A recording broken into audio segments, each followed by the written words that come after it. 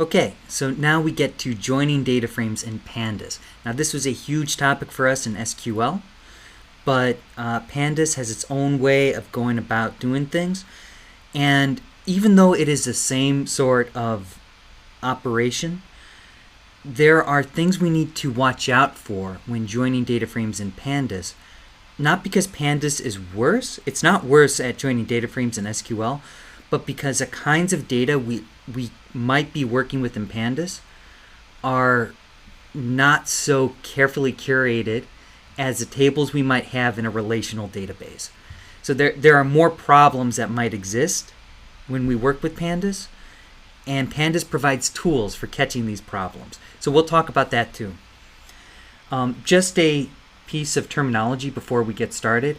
When we say joining, that's the same as merging. So I'm going to use the words joining and merging interchangeably. Now, every kind of merge that's possible in SQL is also possible in pandas. We can do inner joins, outer joins, left, right, natural, cross, and anti-joins. Now, some of these are a little more straightforward than others. We're not going to worry about natural joins at all. It's generally safer not to try to do a natural join. But we will focus on inner, outer, left, and right. Now, one important difference between what we're going to be doing here is in SQL, generally, if the join works without error, it's probably safe. In pandas, if there's no error, it does not mean that the join worked properly. There's a very dangerous situation, problems that happen without errors, and it could be very misleading because there's no error to indicate to us what we should fix. So there are ways to detect that. We'll talk about it. Okay, so in the notebook, we try to merge the following 5 data frames together, just as an example. This is a data set on state-level election results by presidential election year from 64 up through 2004. And so we have the number of votes for the Democrat, for the Republican, and by percent, and the population of the state. Now we also have, for every single state, state-level personal income, right? So we have state and year, same states, same year, and all this data on personal income. One difference is that state up here is the full state name, and down here it's a 2-letter postal code abbreviation. We're going to have to deal with that. We also have a data frame on state economy. So here we have GDP, and then the amount of GDP per capita and in different industries. FIPS is a numeric code for the states, as opposed to the postal code or the full state name, and we're going to have to deal with that. And then we also have area. So here we have the state names again, no years because the areas aren't changing year to year, but all these different measurements of area.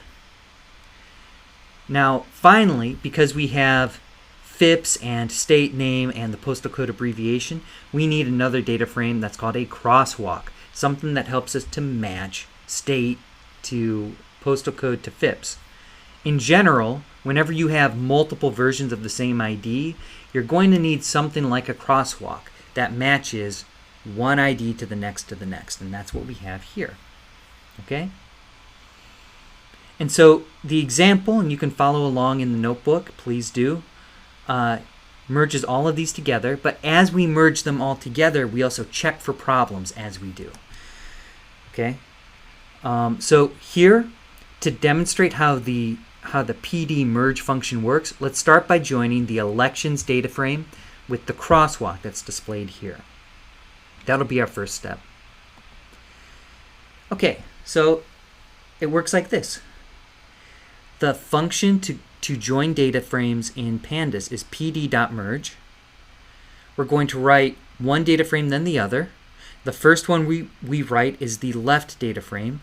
The second one we write is the right data frame, and it's because they're on the left and on the right. And then we can specify on if they share a column, right?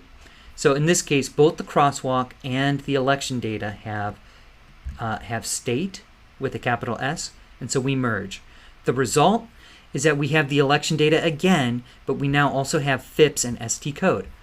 In general, if you have a crosswalk, it's good to merge a crosswalk first because that provides the IDs that you could use to match on all of the other data frames. If we had more than one column that we wanted to match on, we would simply type a list. So if we were merging on both state and year, for example, we're not because a crosswalk doesn't have year. But if we were going to merge on state and year, we would have written on and then a list, state and year in that list. Now, if the left data frame and the right data frame have different names for the columns that we want to match on, then instead of using on, we would write left on and right on. Okay, so this is an example where maybe they've got different names. Here it's state, and here it's just ST. Here it's year, and here it's just YR. You just have to be sure that you write them in the same order so that Pandas knows what gets matched to what. Okay? So PD merge by default will do an inner join. And remember that an inner join deletes all of the rows that failed to match to a row in the other data frame. That's an inner join. But there are many other kinds of joins available in PD merge. We could do an outer join. Outer join brings all the rows from both data frames, whether or not they matched. It doesn't delete any rows. But it does put missing values for the columns that don't have data. So if a row from the left data frame doesn't match, then all the columns from the right data frame will be missing for that row. To do an outer join, all you have to do is write how outer. If you don't write anything, it does how inner. A left join, that has all the rows from the left data frame, but only the rows from the right data frame that have matches to the left. And so to do a left join, you write how left. And then a right join, it has all of the rows from the right data frame, crosswalk in this case, but only the ones from the left data frame, elect, that match to crosswalk. And so for that, you would do how right. So inner join by default, outer, left, and right. Okay, now to see which rows come from which sources, this is going to be very important for seeing if we have issues that we need to work on. So to see which rows come from which sources, we can write indicator equals and then a new name that we choose for a new column. That new column is going to tell us either both left only or right only. Okay, so you could see here I wrote indicator matched. That's going to create a new column called matched. Now within matched, if this row was present on state in both the elect data and the crosswalk data, it's going to say both. And you can see that. It has all my election data and it has the other IDs from the crosswalk, so it's both. If Alabama for some reason was not in the crosswalk, then I would have had all the election data, missing values here for FIPS and ST code, and it would have said left only. Now, it's important when we use indicator match to write how equal outer, because otherwise it's going to delete all of the left only and right only and leave us with just the both. And so then there would be no point in actually having this column. Okay, now when we apply merge, there are two ways that a merge can run and not produce an error, but still mess up our entire data enterprise. So problem one, what we thought was a unique ID was not a unique ID. So let me explain what I mean by a unique ID. A unique ID is an ID variable that uniquely identifies the rows. That means no two rows have the same value for all of the IDs. Okay? So here I have data frame 1 and data frame 2. In this case, ID does not uniquely identify the rows in DF1 because there are two A's and there are two B's. Same deal with DF2. Two A's, two B's. ID is not a unique identifier.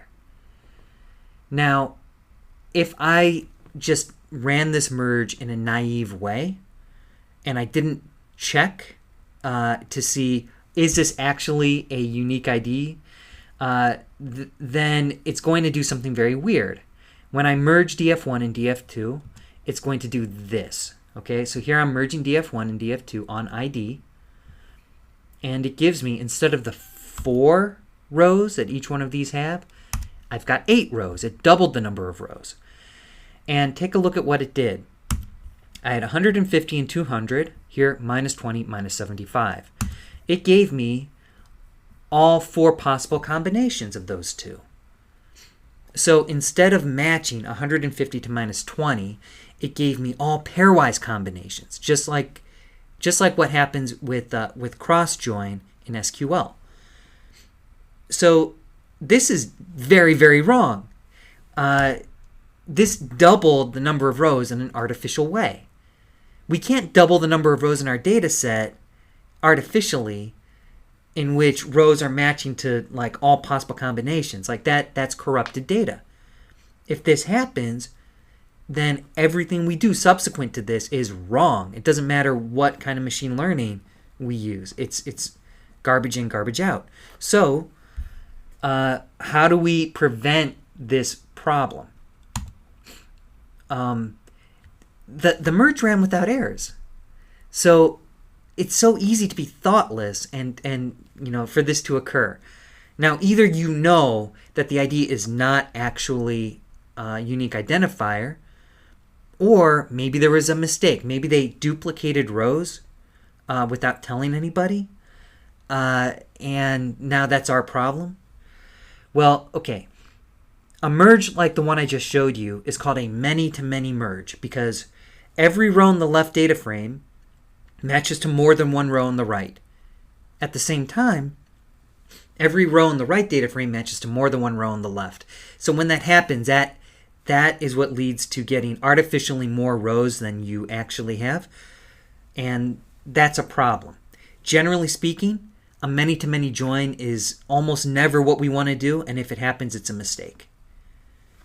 So here's how we guard against this problem.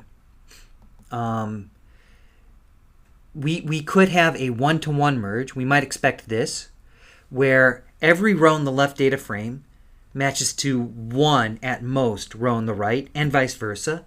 So that's one-to-one. Or we could have a many-to-one or one-to-many. Okay?